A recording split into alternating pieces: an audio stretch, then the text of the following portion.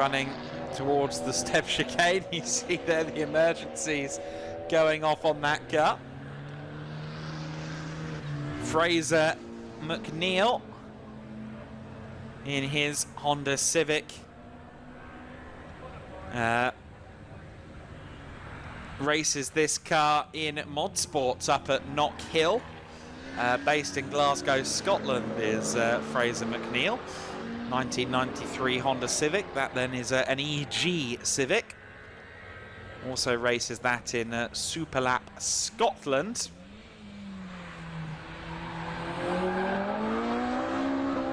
Civic, so it's got a little bit more power under the bonnet. Here is the Panda.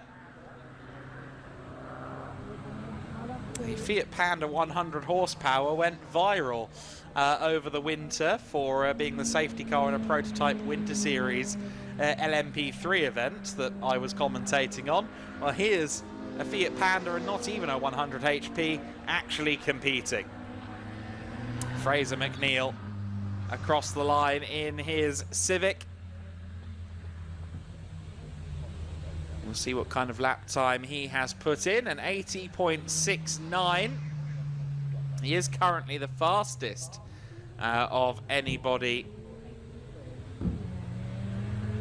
in the class, actually. So the fastest driver within Sportsman at the moment is Fraser McNeill, and even the rain isn't slowing him down. Perhaps we should expect that of a Scot, but very impressive from Fraser.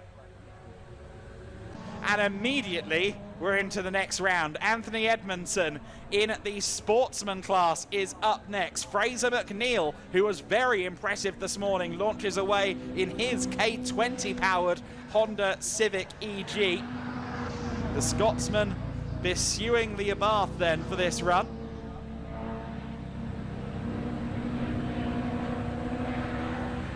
Great to hear the K20 singing down the back straight.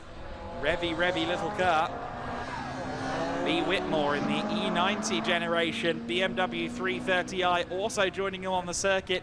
Certainly a more standard car, but of course it's got a decent little amount of power out of that 3-litre straight six, and so he has been put into the Sportsman category. Edmondson coming around the final bend now. And let's see what kind of time he puts in. The lap times for the Clubman class really don't matter here. It's all about what happens within Sportsman. But let's see what Edmondson's time is. He crosses the line now, and it's a 82.27, so actually a little bit slower than Joe Bullen. Not that that matters, because they are in different classes. Fraser McNeill comes across the line. He looked very committed coming through Gerrard's on that occasion. And look at that, a 78.44,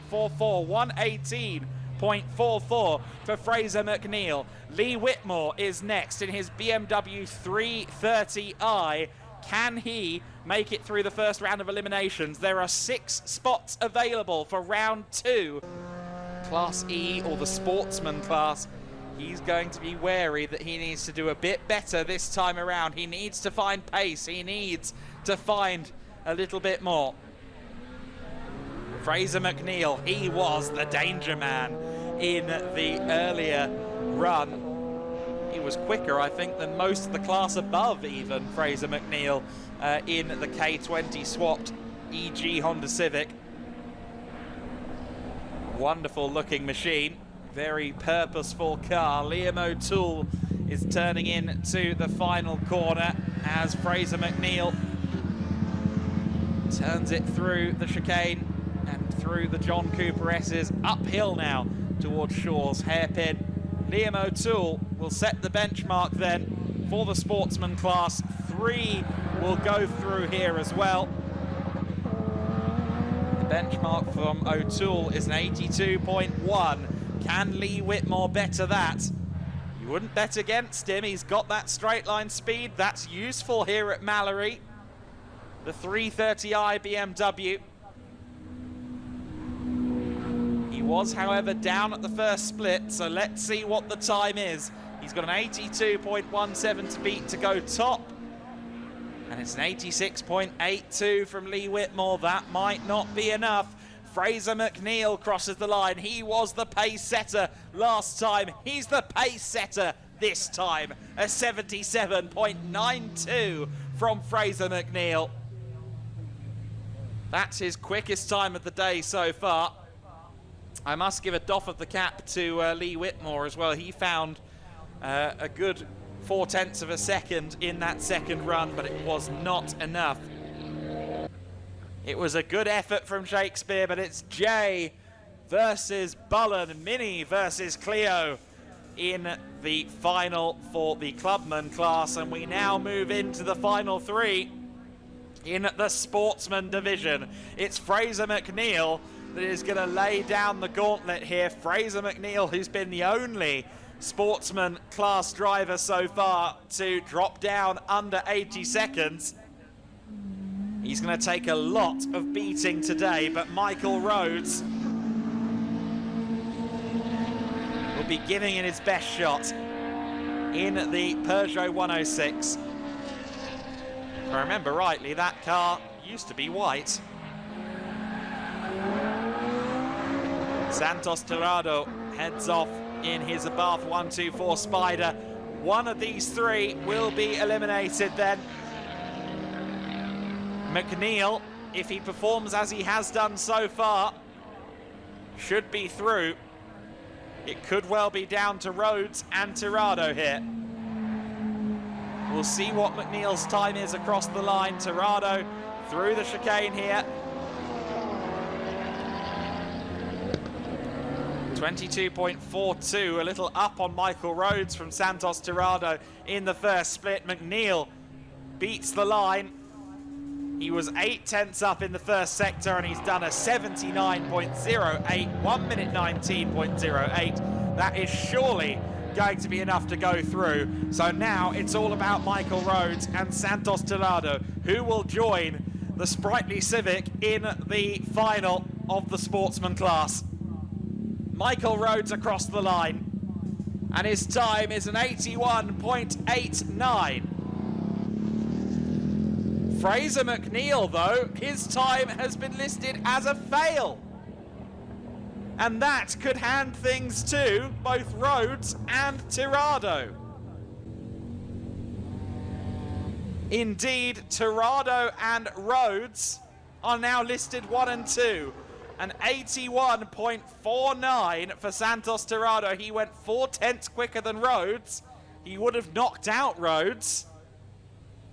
But Fraser McNeill has had his time listed as a fail. I didn't see a reason for it. Perhaps he overshot the chicane. I missed that if he did.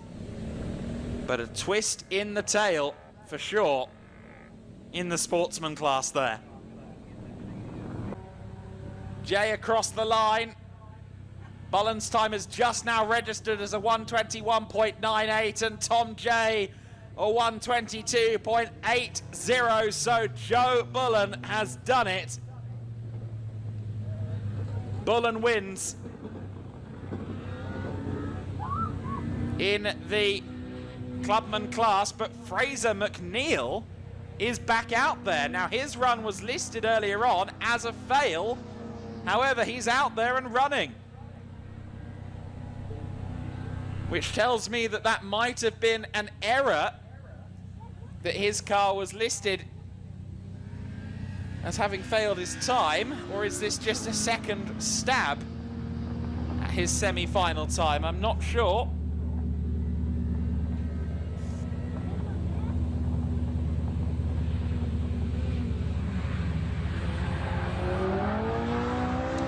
So Fraser McNeill was reinstated, video footage proving that he was in the right, and therefore that his failed lap time, his discounted lap time, was wrong. That was an error, so Fraser McNeill is back in, and Fraser McNeill has been the favourite all day long, frankly, in Class E, in the Sportsman class. Can he show some of that sub-80 second performance that his car has been willing itself into all day long? Fraser McNeill across the line. He was at a 21.9 at the first split, and it's a 79.17 at the finish line. His opponent then is Santos Tirado, and Santos is going to be thinking, why did he get reinstated? He was set not to go up against him, but to go up against Rhodes in the Peugeot 106. But Fraser McNeill is back out there, and George Strange has been sent out as well.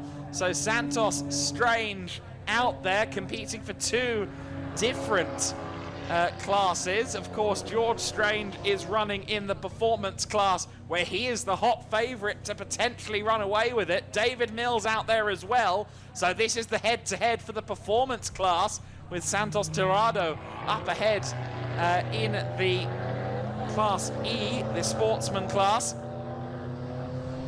There's Mills in the 611, the Krylov-inspired car, the all-carbon fibre Mini. And indeed, David Mills worked on this thing through lessons learned in Ilya Krylov's YouTube videos. Quite a sensational story. Santos Tirado, as amazing as it would be, I'm not sure that he's going to be anywhere near Fraser McNeill. We'll see what the lap time says. A 79.17 is the target. I'm not sure he's going to get there, but he was clearly pressing on. And it is a 81.7, so that hands that class to Fraser McNeill. He wins in the sportsman class. I'm sure a few people are watching. We'll move on then to Class E up next. That is the sportsman class. We weren't sure he was even going to be in the final two shootouts at the end, but the trip down south has been worth it for Fraser McNeill.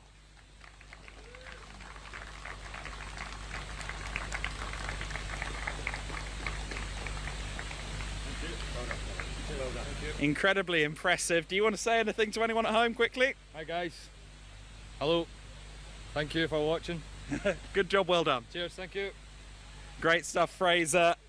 Incredible car, that little EG Civic.